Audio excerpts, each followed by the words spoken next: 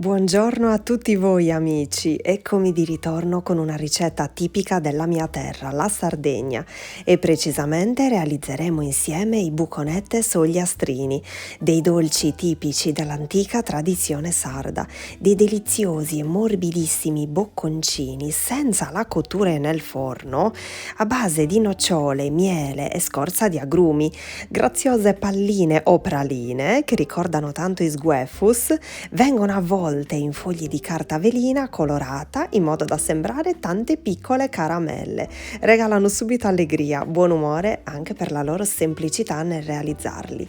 Pochissimi ingredienti per un'esplosione di gusto spettacolare, nonostante appunto siano senza latte, né olio, né burro, né uova.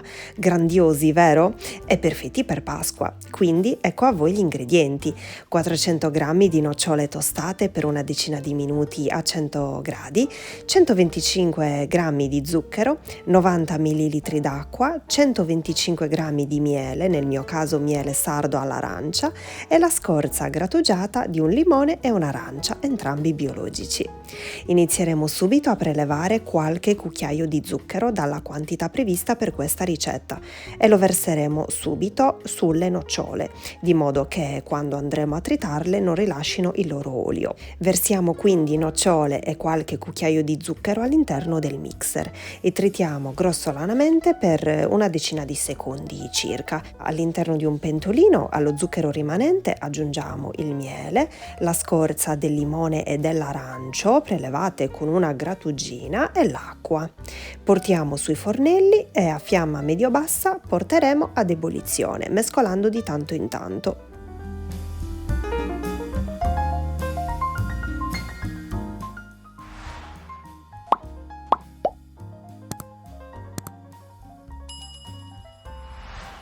Dopo 10 minuti abbassiamo la fiamma e ci versiamo tutta la farina di nocciole, o comunque le nocciole tritate.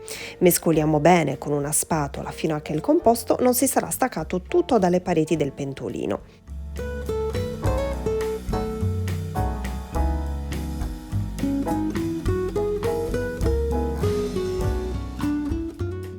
In questo momento potremo spegnere e fare intiepidire l'impasto.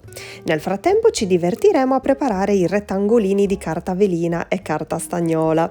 Io ho scelto questi colori, ma siete liberissimi di acquistare le carte veline dei colori che più vi piacciono.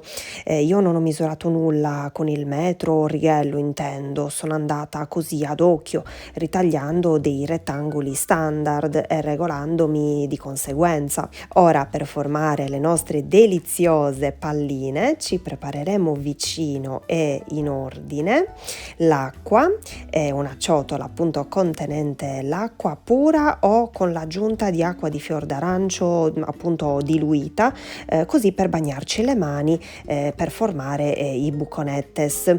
Poi un'altra ciotola contenente lo zucchero semolato per rotolare le nostre praline, appunto formare sempre questi deliziosi dolci sardi, e poi i rettangoli di carta stagnola e i rettangoli di carta velina.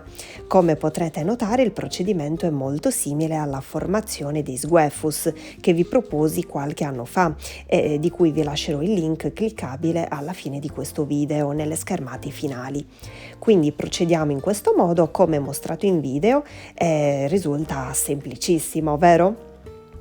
Diciamo che la parte più certosina dell'esecuzione di questa ricetta è ritagliare e preparare i rettangoli di carta velina e di carta stagnola. Le palline dovranno avere la dimensione di una noce, più o meno, e a volte così possono durare anche per 2 settimane, buone così e morbide.